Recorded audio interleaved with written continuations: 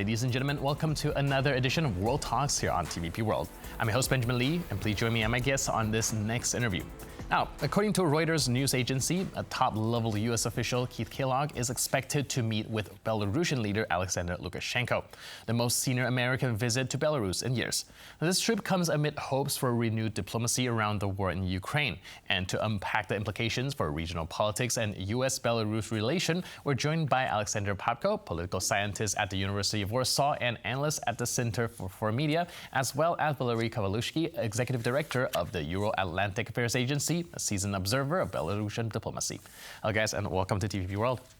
Hello. So, Mr. Papko, sir, what do you think is driving this renewed American outreach? Why now, and why through Belarus? In my opinion, it was Alexander Lukashenko who initiated these contacts. We should bear in mind that it is not the first time when American officials come into Belarus since Donald Trump's arrival to the White House. Mm-hmm. The first major contact was in February this year, when the representative of the State Department responsible for Eastern Europe, Chris Smith, come to Belarus, and according to the New York Times, he met Alexander Lukashenko and the head of the Belarusian KGB, so security services. Mm-hmm. And this visit was accompanied by the release of several political prisoners having American citizenship. Mm.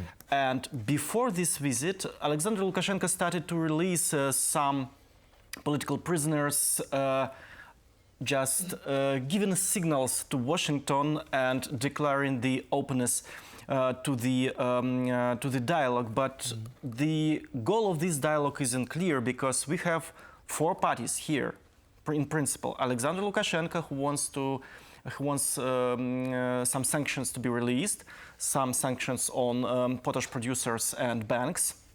According to the New York Times, Alexander Lukashenko wants also to regain the position of 2014-15, when he was a negotiator, or he was a mediator between Ukraine and Russia in war. Mm-hmm. Already at that time, and this mediator position allowed Alexander Lukashenko to increase his international role and probably to be perceived less dependent on Moscow. So this is the position of Alexander Lukashenko. The position of Vladimir Putin. Now, there are some signals from Russia that they want these negotiations between Russia and Ukraine keeping place in Belarus, but he does not want Belarus becoming more independent from Moscow. It's an absolutely opposite idea. He wants these negotiations between Ukraine and Russia taking place in Moscow. Mm-hmm. Just in opposite, because he wants them to be held on the territory totally controlled by Russia. Mm-hmm. So he won't just increase his influence on Belarus by those negotiations. What the Americans want, they want to first these negotiations to take place. Yeah. And we don't want what Ukraine wants, because Ukraine does not want to hold this negotiation on the ground controlled by Moscow. So we need two for tango, as one can say, but we need here four for tango, and all of them have different interests.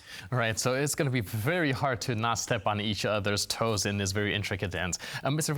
Kavaleuski, is there anything that Washington can actually realistically achieve when it comes to talking with Lukashenko right now? The negotiation process that started still during the Biden administration was focused on the release of people, and sort of that was always seen as a humanitarian mission, but also the humanitarian mission that could lead to resolving other issues in Belarus, which is repressions, which is the lack of political process, transnational repressions as well. So Americans have engaged in this conversation even during the Biden administration, but they have brought it to another level when Trump came into the White House. And of course, for Trump, this is the absolute priority at the moment to reach some kind of a peace deal that could show that he has a significant achievement. That was the promise of his administration. This process is not easy, as we have seen. It is quite rocky for all sides, and it seems that Russians have regained some of the territory on the way. So there seems to be a bit of a stalemate for the United States, and General Kellogg is taking this extra step, which looks like rather extraordinary, I would say, that he is trying to engage with Belarus, which seems to is perceived as the immediate ally to Russia. However, back in April, his deputy John Cole traveled to Minsk, and he had meetings with officials. He also extracted one political prisoner, Yuri Zenkovich, the last U.S. citizen who was in custody in Belarus. So again, that was these two processes, humanitarian and security processes, they somehow go in parallel. They kind of breed each other, reinforce each other. But at this point of time, I think it is quite necessary for the United States to explore the Belarusian option. If Lukashenko could be in any way and form helpful for the peace process. But also one important point here, when we speak about the peace for Ukraine, it's always been told that it's going to be just and it's going to be sustainable. It is quite difficult to see how this peace will be just for Ukraine when it is set to lose so much territory. But at the same time, when we speak about the sustainability, the durability of peace for Ukraine, it is impossible to imagine that this peace will be lasting with Belarus under control of Russia. I mean military control, that Russian troops could not only deploy in Belarus and deploy nuclear weapons, but also use Belarus as a weapon against its neighbors, including Ukraine. All right, like Mr. Kavaleuski mentioned just there, it's really hard to imagine this peace being very lasting as long as Belarus is also under control of Russia and having access. Do you think that this discussion between Washington and Belarus could lead to any concrete outcome, or is there any diplomatic effort there that can actually change that logistic, or is it just wishful thinking?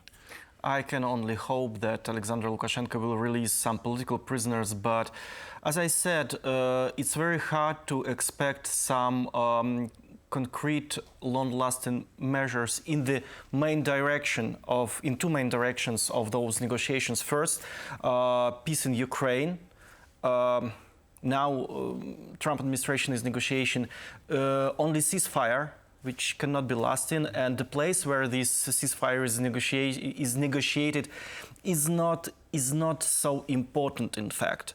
As I said, Belarus is a symbolic place for Vladimir Putin to humiliate Ukraine.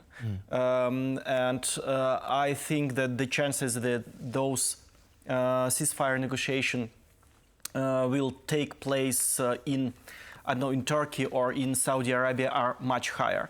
And another direction is securization of Belarus, somehow decreasing Russian control over Belarus is also unlikely, because what the European countries, what the Western countries can propose to Alexander Lukashenko for the regime's survival, which cannot propose Vladimir Putin. So Vladimir Putin is always more important for the survival of the regime than the Western powers. And that's why he's always using Vladimir Putin. He has done it several times during his long political careers, and we have no signs that Alexander Lukashenko will ask West for the survival of his extremely oppressive neo-Stalinist regime. Right, it does seem like pretty far-fetched. Now, speaking of Vladimir Putin and his attempt at utilizing Belarus to humiliate Ukraine, we have a soundbite from